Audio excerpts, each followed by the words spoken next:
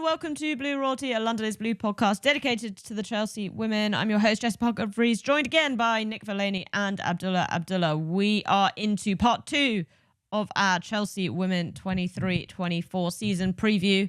If you haven't already listened to part 1, you can go back and get that for our sort of WSL Champions League musings and meanderings. Abdullah and I also put together a little predictions episode if you want some more quickfire hot take-esque chat. This episode we are going to do a little bit more of sort of a tactical focus. I guess another way of putting it would be just thinking a little bit about how we think the team's going to shape up this season. We're obviously in an interesting position whereby we've got some really talented new signings coming in. We've got some younger players coming in, whether because they've been signed or they're coming back off loan. And then we've also got a very established squad. So we're going to have a little bit of a think about how that might line up, about who we think is going to shine, who we might see like really cement their place in the team this season, before doing a little bit of a look ahead to that Spurs game that's taking place on Sunday. Nick, this feels like a bit of a fool's errand to a certain extent in terms of trying to predict how Emma Hayes might line up as the season goes on. I feel like with Emma, the one thing you can sort of say for certain is don't be certain of anything. Mm-hmm. Stuff will change as the year goes on. But I guess maybe a good place to start is we only got to watch one preseason game, the one against Roma, but we did see a back three used there. Obviously, that was something that Emma did sort of prioritize as the season went on, especially in those bigger games. Do you think that's something that we'll stick with, or at least that we'll maybe start the season with? Obviously, permutations depending as the year goes on. So I was thinking about this because, I mean, obviously you have incredible depth at center back and fullback in this team, right? This is a stacked. I mean, some of Buchanan, Charles, Mielda, Parise, Lawrence, Carter, and Bright will not start in a match.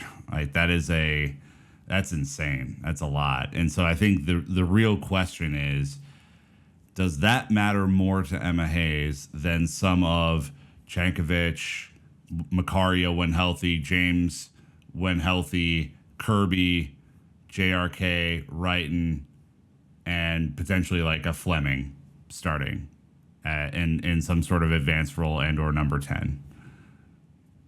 I don't think you could legitimately look at those options and not prioritize the 10, which means I think we're playing some sort of back four this season. Maybe switch to a back three in games where it's tactically relevant, right? Where we need some more defensive solidity, or we want to kind of push New Skin back into maybe like a sweeper type of role, or a deeper line, 6, and have 2 kind of 8s in there.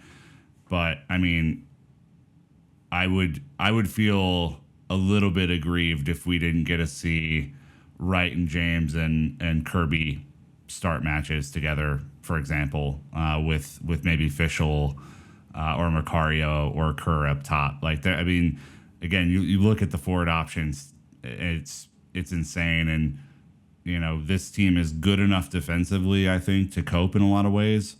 I want to see the goal scoring kind of pick up again, not so reliant on Sam Kerr being Sam Kerr. I think that is my take on the formation and how the team sets up, because, I mean, there's just too many options in the kind of advanced playmaker number 10 role and defense, but I would prioritize the number 10 personally. Yeah, and Abdullah, it's kind of funny, isn't it? Because obviously you can't do anything other than put this outsized weight on the Roma game because it's the only thing we watched. But at the same time, it comes in a context of lots of players coming back off the World Cup, who's available, who's been in your pre-season, who isn't, and therefore you've ultimately got to field a team and sort of make it work, make it fit. But I definitely agree with Nick when you look at the glut of talent going forward. We don't want to be seeing Guru Wrighton at left wing back. And even beyond that, this feeling of we've waited years and years for fullbacks, and now we're, one season in with Perisset, we've got Ashley Lawrence. Niamh Charles actually finally feels converted to being a real fullback rather than someone who you have to sort of slot in at wing back because you don't know where else to put her. All of that seems to point towards playing a back four. But then there's something about Hayes that just feels so contrary that it's almost, that's the expect the unexpected. She sat there thinking everything I've just said is what, the Arsenal analyst is thinking. So fuck it.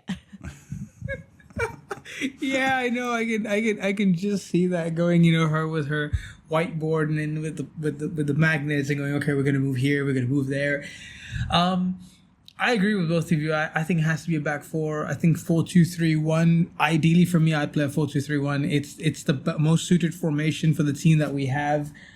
But kind of to what your point about Emma Hayes, I actually think it's going to be that hybrid 4-2-3-1, 3-4-3. I think it'll just keep switching whether it's in possession, out of possession, because the team needs to be unpredictable in that sense. And because I think Eve Parisset, just because I think either she can slot into as a third centre-back or Shukanuskin can drop in as that third centre-back, I feel like because of exactly the point you said of Emma Hayes going, I need to outsmart the competition and not do the obvious thing while still playing to our strengths. I think 4-2-3-1, Shukanuskin becomes important in midfield, Eve Parisset and Lawrence become important at fullback, and I think when you play that back four with the team going forward, you still stick to what you are best set up with the 4 and the 2 in the middle, and you can have a dedicated number 10 with the 2 wingers and striker, and at the same time, when they need to switch it around and have that flexibility in formation, I think that's probably what's going to allow us to be able to both play all the players in their best positions, but at the same time, give us a little bit of flexibility in against different teams. I would like to say, I'm saying this out loud. Emma Hayes is definitely listening to the show. You do not need to outsmart everybody. You have better players than everybody else in the league, certainly, and competitive in Europe. Play the damn players where they need to be played and stop. I think the shift to the back three from a 4, which fullback goes, which fullback stays, that's relatively simple stuff to compute. When you get into midfielders dropping in as sweepers and your wingers kind of having to play further back to overcompensate, as we saw Lauren James had to do a lot in the Champions League last year, it throws off the whole fucking balance of your team, right? And what they're really good at. And if I was an opponent staring down the barrel of some sort of attacking combination of Lauren James, Fran Kirby, Guro Reiten, and Sam Kerr, I'd be scared shitless. I'd be like, where are the passing lanes going to be? Because it's not a predictable passing unit. They make all sorts of different runs. Guro's probably the most predictable in the way that she moves, but she also is amazing and makes up for it with her one-on-one ability, right? Lauren James is completely unpredictable. You don't know what's going to happen there. Sam Kerr sometimes will make the run, sometimes will hold back. Frank Kirby, who knows, right? Especially in that role where I think she's incredibly suited. Do not overcomplicate this, especially at the beginning of the season. Play the damn players where they're going to make the impact, and don't try and outsmart Brighton to give Barcelona footage to look at that they're not going to look at later in the season. Listen, though, I will say I do enjoy it. You know how some people do a Sunday morning crossword? My Sunday intellectual exercise is taking that Chelsea team sheet and trying to make it fit into a formation. So, and I love all the TV. They show the lineup, and you're like, that's not even close to where these players are going to play. Exactly. So that's good fun. So to that extent, I say go for it, Emma. Okay, Abdullah, it sounds like we sort of believe we will probably see a back four at certain points in the season. And I guess the question that jumps out to me about that is last year when fit, it felt like Khadijah Buchanan was pretty much guaranteed a starting spot. We're coming off a summer where Jess Carter played as a centre-back en route to a World Cup final. We have seen actually Maren Mjelde put in a big chunk of good performances towards the end of last season. Millie Bright is obviously going to start if she's fit.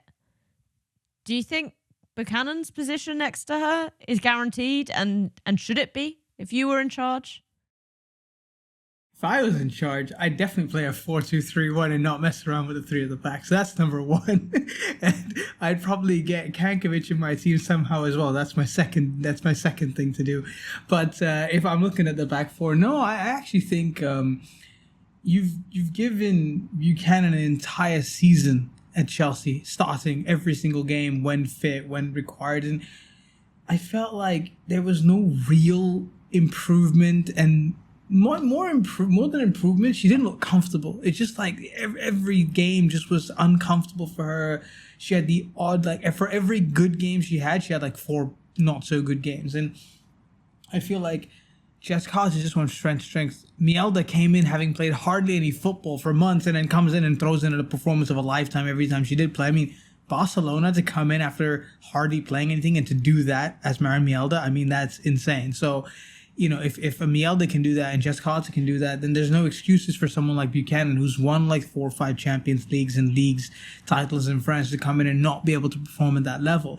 So I think by that standard, I would not give her a guaranteed starting spot. And I think with the summer that Jess Carter has had, I don't actually see why she doesn't start next to Millie Bright. They've had the connection together for England now as both centre-back pairing. You bring that into the Chelsea setup, it only gets stronger, it only gets better. And if you're picking up the phone to Serena Wiegman, she's going to be going, yes, please start those two together because I would like them to be my starting centre-backs going forward. So, yeah, for me, I don't start the season with Buchanan in that team. I think she has to earn her way back, rebuild her confidence, rebuild her almost her reputation in a weird way, and then come back and do it, because at this point Jess Carter is the superior player just based on form in the last 2 to 3 months. There's no doubt about that. I think if not for Nick Allen, Buchanan would be 4th out of 4 center backs in this team based on form. I think when you say she didn't look comfortable, I think that she didn't adapt to the way the other defenders played last year when the team finally made those key shifts. She always would go on solo missions to track down and press. She would lose the ball a lot in dangerous areas. The passing was not nearly where I expected it to be for a player of her caliber. And in a team that does so well in transition, Chelsea does amazing in transition. You get us moving the ball forward against a team that's retreating and where it's like guaranteed goals. You got to be able to pass the ball out to an outlet, and it just didn't happen. And so I think she's going to play this year. I think she'll certainly be a part of the second, when we referenced this in the previous pod, kind of the 2 11s that we have that need to be mentally sharp and physically sharp to help Chelsea get over the hump this season. I think she'll be a part of that second choice 11, but Jess Carter easily deserves to be a starting center back for me. Millie will be a starting center back based on her form and likely captaincy. I cannot imagine starting the season in any other way. And then I think you have Mielda and Buchanan as a really interesting pairing in matches where you don't want to burn the other two out. That is a fascinating thing for me, potentially now, and if you want to play a back 3. And I think we've all understood that's where she's probably the best suited, but yeah, no, scary prospect. Yeah, I know, but yeah, we got to put some respect on Jess Carter's name, and I think that she has to start this season. Maybe it's a fitness issue starting out just because she played so much over the summer, but if Millie's playing and she's younger than Millie, and then you're going to play them together, and that's just I think where you're at. Yeah, and I think, Abdullah, actually this raises another really interesting point, and I think generally Chelsea are very, very good at doing this, but it does feel like we've seen a lot of younger players brought in over the past couple of years. We've seen a ton of young players brought in to go out on loan. Definitely feels like there's an eye on the future of this team, and I do wonder how we will maybe see some of this transition play out this year. I think Carter's a great example of that. She's a player who's had a load of really important moments with Chelsea. She's a player who took that sort of challenge that Hayes gave her to go and get in the England squad and go and become a starter for England. And she's done that whilst not being a Chelsea starter. Like, she wasn't a starter last season really at all. But she's the kind of player who I think now you're looking to and saying, well, that's where you want her to be, because, you know, if we're looking just solely in that sort of defensive unit, Magdalena Eriksson's obviously moved on. Millie Bright is normally incredibly reliable, but missed a huge chunk of last season, for example. And, you know, she's just turned 30. These are the things that you want to be thinking about moving forward. And there are other areas of the pitch where you're looking at similar kind of positions, you know, Kerr and Kirby, for example, both players who are turning 30, who have turned 30. Sophie Ingle, even though, as I've said before, seemingly indestructible.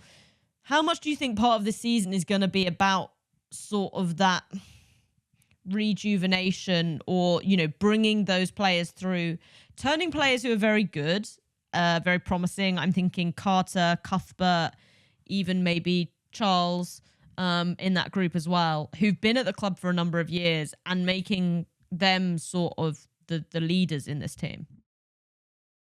I think it will be important, because I think, as you said, like, you look at the ages of these players that are already there, your Millie Brights and whatnot, and everybody is heading there. I mean, you've got players in their prime, you've got a mix of players who are experienced, like, you know, your Sophie Ingles and Erin Cuthberts and whatnot, and then you've got the players who are very, very young. And I think maybe not exactly this season, because okay, you got for Anne-Katrin Berger being, you know, 32 years old in a couple of weeks, 33 years old in a couple of weeks, I think is already covered in the fact that you got Zachira and Hannah Hampton there as kind of your grooming role into it. And I think, you know, with Millie Bright, you've got Jess Carter, you know, for Sophie Ingle, you got Erin Cuthbert. So I think the pathway has been set for the players that are going to be taking over from these players eventually. I still think you've got probably one more season where you can kind of, you don't have to start betting them in terms of like the Millie Bright doesn't need to get replaced for another 2-3 years, right? AKB could probably play for another 2 years and you'll probably be fine and get her prime years there. The rumors of AKB's demise have been greatly exaggerated year after year after year after year after year. It's the Sophie Ingle effect, right? Same thing. This is the last year, and then they just keep throwing out bangers. No, this is the real last year. No, this is definitely. I can bet my house on it, you know. So I think the way Chelsea are playing, the way Chelsea have their squad built up, I think it will be important. I think that will be a factor in Emma Hayes' mind, in that, okay, Sophie Ingle's not getting any younger, Millie Bright's not getting any younger, and maybe she has to be managed her minutes a little bit more with injuries and stuff. I think it's just a matter of just getting the players who are supposed to take their places more meaningful minutes. And what I mean by that is Jess Carter playing Champions League knockout football, feeling as if she's the first choice in that side, for example, right? Like, if you're going into a game against a Lyon or a Bayern Munich in a quarterfinal, right? And you're looking at, okay, who's on the first name team sheet? You want someone like Jess Carter to feel, you know, she's the first name on that team sheet, you know, one of the first few names on there. And to be able to take up that experience and that leadership role and that experience, I think goes a long way, because Millie Bright's been doing that for years. And I think that's the next step for an Erin Cuthbert or Jess Carter to feel that pressure and start taking games by the horns themselves and winning games for Chelsea. And I think that's the next step, being able for them to prove that they can take the places of these players, more so than putting them in to, you know, just replace them like for like. More so, can they take up the other parts of the game and show that experience that they require? And I think that's what's going to be more important this season than anything else for me. Yeah, I think it's definitely going to be something that's going to be really interesting to see how that matures. And as I say, I feel like Chelsea generally, why it's so fascinating to keep an eye on this is because they make these moves very subtle. You know, like, you look across to Arsenal and they've got sort of Leah Volti and Kim Little, and they've brought in younger midfielders, but it feels like it's going to be Leah Volti and Kim Little until suddenly that kind of comes screeching to a halt, and that doesn't really get reflected in the way Chelsea look at stuff. So it's going to be interesting to see how things potentially change over the season. Let's take a little ad break here, and then when we come back, I want us to focus on the midfield, not just because Abdullah's obsessed with midfields and he'd be angry at me if I didn't give him a whole section to talk about it, but also because I think that's going to be one of the really interesting things to keep an eye on this season. Abdullah, I feel like I should just hand this all over to you and you can take it away and we can have sort of a 20-minute soliloquy on where you think the midfield's ending up. I know this is a kind of, again, tough section to talk about when we don't really know how Chelsea are going to play, how Emma Hayes is going to set up, what formation is going to use, what even our formations anyway. But suddenly we've ended up with loads of midfielders, Nick. And it feels like this is the area of the pitch where Chelsea have been quite weak in past seasons. Maybe that's why when you look at games against those very possession-heavy teams like Lyon, like Barcelona, like Manchester City, games we've struggled in, we've not potentially been able to bring that different style of play where we can hold onto the ball. It feels like when you look at our squad now, on paper, this is something we want to have an answer to. Do you think we're in a position now when you look at that set of players to have that sort of variety, to play that transition game like you were talking about, which I do think is something Chelsea prioritise, but to also, in maybe bigger games against more technical teams, have that opportunity to sort of put the foot on the ball and take back some control?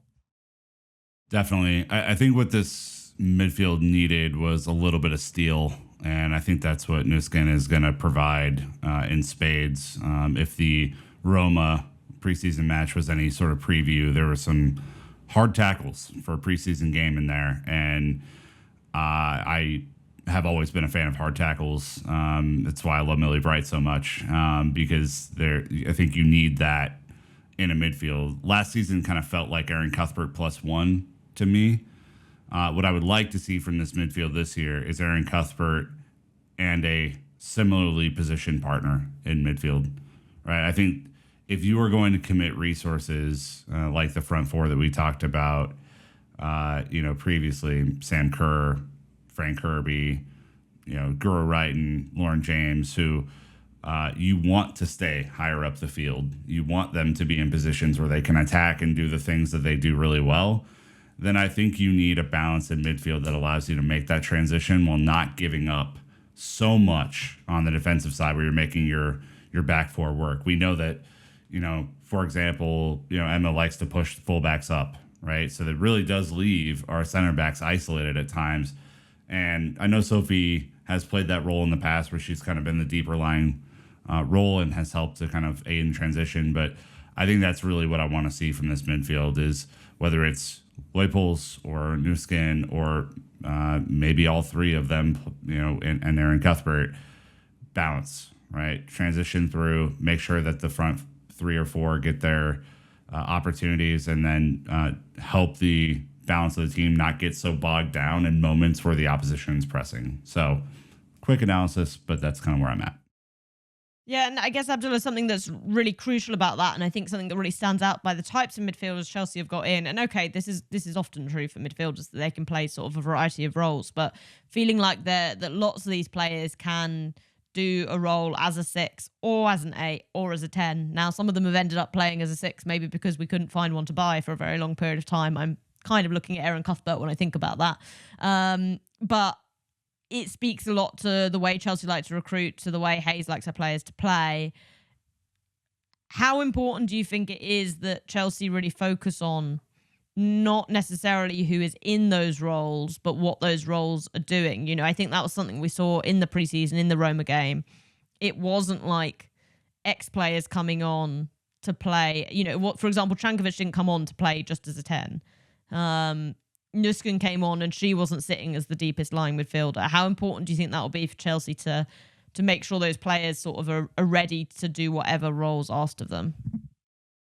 I think it'll be hugely important. I think when it comes down to it, if anything, what the Roma game showed us was the fact that it's about understanding the role more than the position that you're actually playing. And I think that's something that Barcelona did really, really well. You take someone like Mariona Caldense as a prime example of a player who starts on left wing but plays very much like a number 10, coming inside and understanding that how to play in both positions. And I think, players like Kankovic, players like Aaron Cuthbert, Nuskin, especially in that midfield three, are going to have to understand how they're going to be able to interchange places. Like, for example, we talked about Kankovic being maybe a bit more of a number 10, but then in Roma, against Roma, she played as more number 8, and she looked really, really good next to Nuskin. And when Leupolz came on, she kind of switched up between being a deep lying 6 into a number 8 and going into a number 10. And I think understanding when they need to be disciplined in their positioning and when they need to be able to push up and interchange roles and positions, I think it becomes important because, like we said, formations is a state of mind at this point at Chelsea Football Club, especially with Emma Hayes. And I think because it is a state of mind, you need to understand how a role and a position works. And I think Chelsea will be better for it because then it doesn't isolate players in a certain position. So if they start seeing one player push forward, they know automatically they need to come back and hold a certain position or make the decision to go forward next to them if it's better for the team.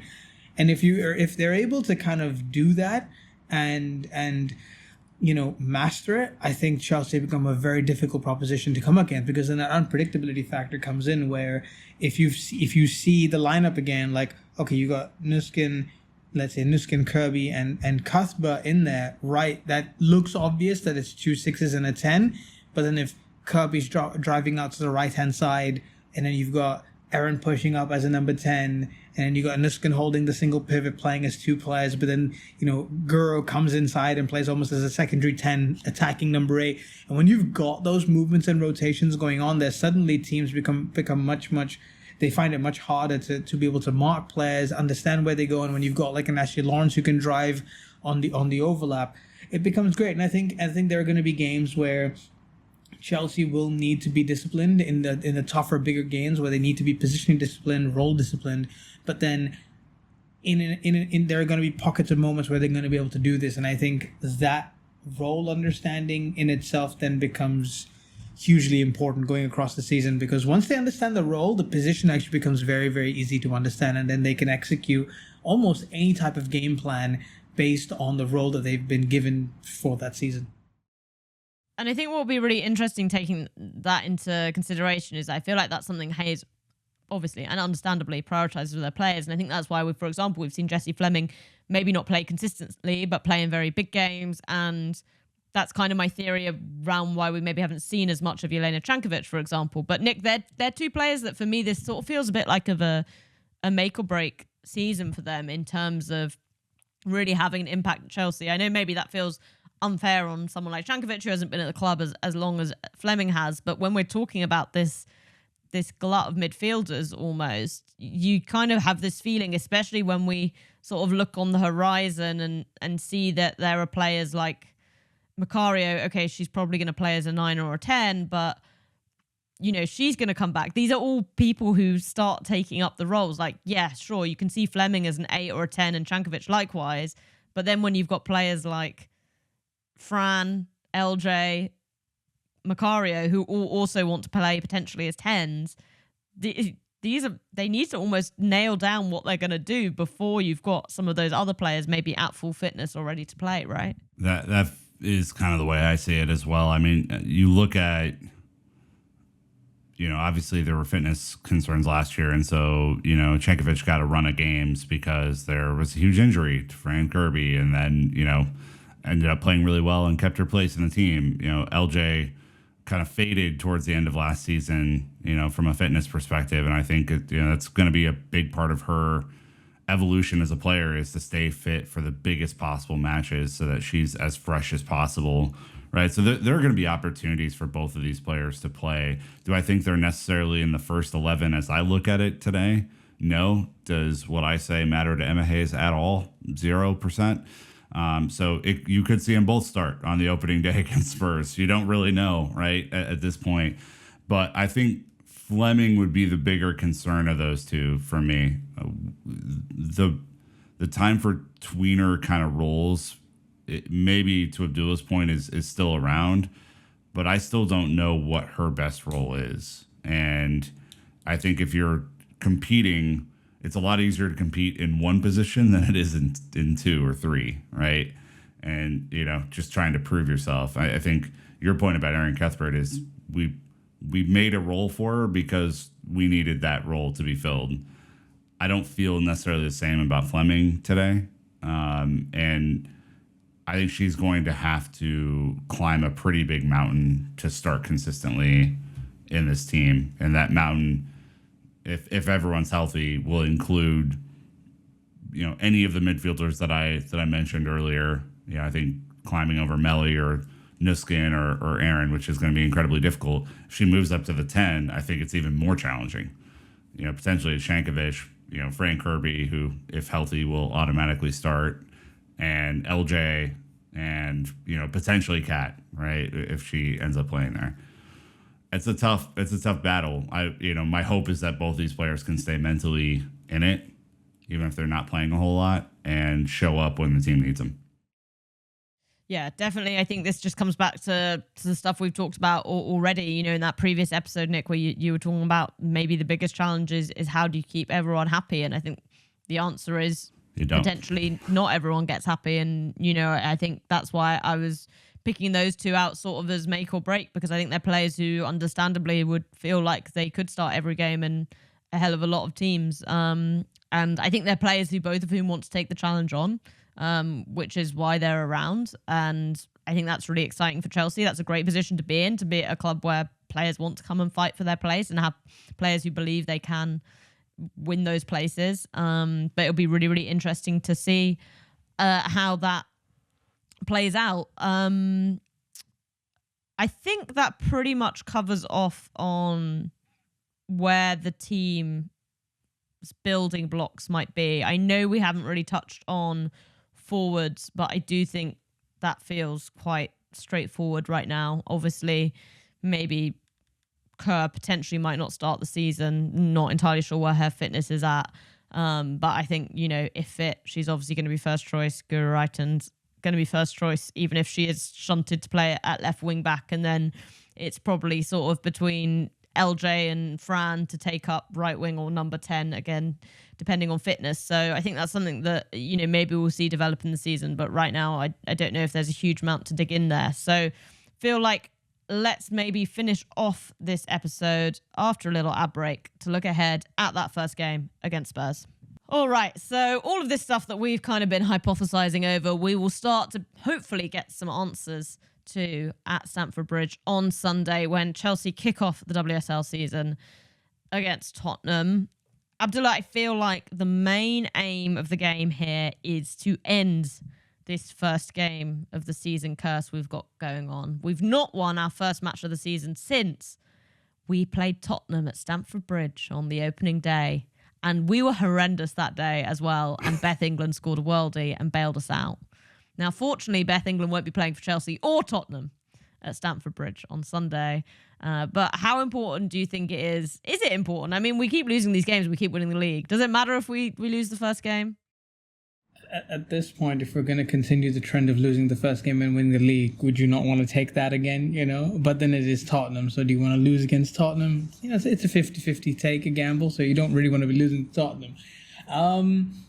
I think it's always important to get off to a good start, getting 3 points in the bag, getting ahead, and especially in a league and in a place where you don't have as many games as the men's. It's not a 38 game season, it's much less. And so it almost feels like every point feels like a 6 pointer more than actually 3 points. And so for every point available, I think you just need to hit the maximum. You're going to aim for the maximum. And, look, starting off at Stamford Bridge, first game of the season, it's the curtain raiser, against a London rival. It's a derby. So I think it's important if these are one of those games where you just don't want to lose, whether it's Arsenal or Tottenham. And getting off to a good start with the squad that we have. And I don't think there's any excuses just because we said we've got the squad depth now. Yes, obviously fitness permitting, but, when you say Frank Kirby may not be fit, no Macario, Sam Kerr may not start, but then you look at the players to come in and start the game. Like if Mia Fischel starts up front, I'm comfortable. Obviously permitting caveat that she has to fit into the league and all that, but like as the striker to come in to replace Sam Kerr, I'm so comfortable with Mia Fischel starting up front. So I think we're a more settled team, we're a better team, and I feel like getting a good start is probably the bare minimum we need against to go into the fifth consecutive title. Yeah, seven wins in 7 against Spurs in the WSL. But Nick, I feel like the main challenge here is that, okay, Spurs don't have Beth England, which I do think is a big boost, but we also don't really know much about this Tottenham team. We haven't seen them play before. They've got this new coach, Robert Villaham, and that I feel like does create this extra sense of challenge. You know, last time we played Tottenham at Stamford Bridge, they were, you know, newly promoted. It's very different. I don't think they've been a great team, obviously, in recent years, but they will see this as an opportunity to kickstart themselves under a new manager. Yeah, unfortunately, they're coming to Stamford Bridge and playing Chelsea. I mean, if they were playing someone else, I'd, you know, maybe give them a chance. I don't think this will be particularly close. And, you know, especially without Beth England, who in the second half of the season really kicked on and I think helped them stay up more than anything. This is a Chelsea team that should come out absolutely firing.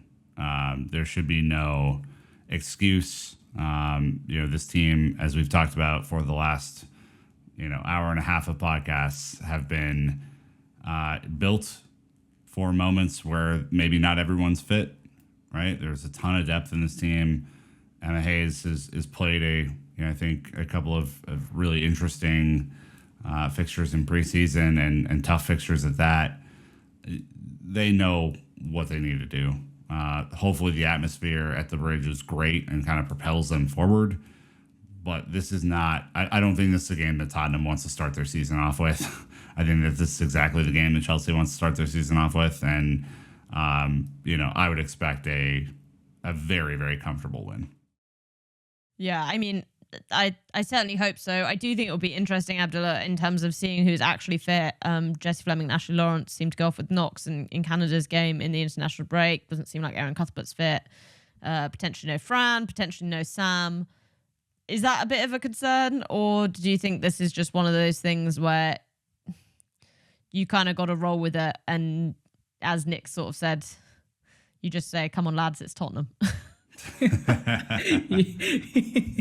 Yeah, I agree with that. I think it is. I think, look, it's Tottenham. They're not the greatest team in the league. Yeah, they've got a few players, but potentially their new captain and potentially one of the best players, Beth England, is out for the foreseeable future. So when you lose a big player like that, I think it's a huge blow.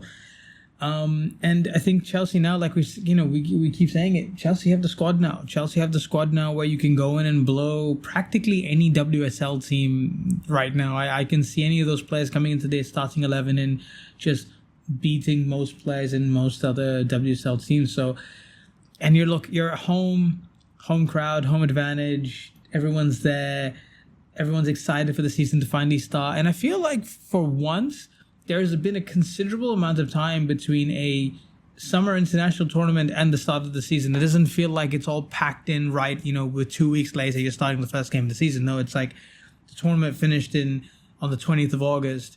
We're now, the season starts on the 1st of October. There's a considerable amount of time in preseason and things to be there. So, yes, some big players are going to be missing for the start of the season, but I feel like that's why we have this massive ass squad now to play. I mean, look, if Melanie Leupolz and Sjurka Nuskin is your starting pivot to duo for the first game of the season, I am not complaining. That is another amazing duo that, could end up being, world class. So, whereas in the past you might have had to go, okay, no knock on Sophie Ingle, but Sophie Ingle and Leupolz versus Leupolz and Nuskin, I would take Leupolz and Nuskin over that duo. Then that would have been probably the starting two if somebody, if Erin Cuthbert was out last year. Whereas this year we've got the depth to be able to do that and then still bring in a Sophie Ingle as like that backup late in the game or rotation depending on how long it takes. So just using that as an example, I think we'll be fine. I think we'll be fine. Yeah, I'd really like to see Nuskin get starting minutes, but I wonder if we will see Sophie Ingle start potentially with Leupolz and maybe Lauren James as the 10 as well. It'll be really interesting, I think, to see sort of what Hayes plumps for and also just hopefully to understand what the constraints are. It's all very, hush, as normally it is in the season, but it's extra when you're out of season. You're like, okay, we don't really know anything about Cuthbert or Kirby, and Fleming Lawrence might be fine. We'll have to wait and see whether they play Canada's other games. But yeah, so I guess that one will just be something to keep an eye on. But I think that wraps us up quite nicely. Abdullah and Nick, thank you for joining me. Do you have a score prediction? What's going on here? Score prediction. Yeah. Been a while. It's been a while. I know. I hate doing score predictions. I'm going to go with a nervy 1-0 again, just because I feel like... Oh, liven up. Come on. I don't trust that. If we're getting rid of that opening day curse, there's going to be something funky going on. It's still going to feel nervous. Abdullah? 2-0 Chelsea. Let's go. 4-0 Chelsea. Okay. Easy. 4-0. Three in the first half. Have you forgotten that there's like a force field around Chelsea scoring goals? No, they take it down when the women show up. It's a league competitiveness. It's a misandrist force field, so it's fine. It only applies to men. Yep. And I will I'll predict Fischl to get her first goal as well. Nice. I do think Fischl could have a lot of fun, and I hope she does. I hope she gets a good go at it. Okay, so Chelsea do kick off the WSL season at 5:30 at Stamford Bridge against Tottenham. Pray for me. I'm going to go to Arsenal first and hot-foot it all the way across London from north to southwest to get to Stamford Bridge in time for that one. Seemed like the funnest way to start off the season. If you are at home, wherever you are in the world, I hope you enjoy it. I hope we end the curse. We will be back, obviously, after that match to run through everything. Oh, if I feel like it's Christmas, you know, the excitement of like, oh, really ready now to get into it. So normal service will be resuming after that Spurs game. Hopefully, we'll be celebrating the end of our first game of the season curse. But until then, Chelsea fans, you know what to do. Keep the blue flag flying high.